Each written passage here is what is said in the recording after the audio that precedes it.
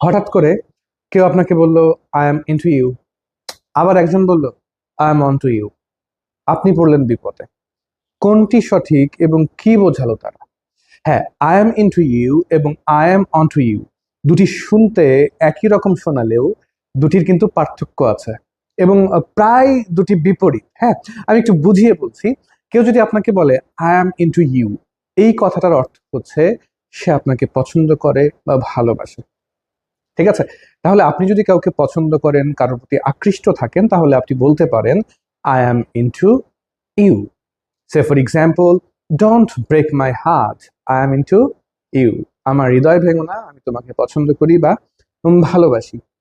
একই রকম ভাবে I am on to you এর অর্থটা কিন্তু কিছুটা বিপরীত।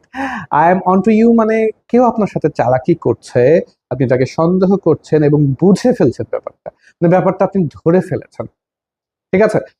Don't act innocent, I am on to you. তার মানে নিষ্পাপ সেজো না, তুমি যে তলে তলে কি করছো আমি কিন্তু বুঝে ফেলেছি। So I am into you positive meaning, আর I am on to you একটু নেগেটিভ, মানে কেউ চালাকি করছে, আপনি সাসপিশিয়াস, সন্দেহ করছেন, এমন কিছু।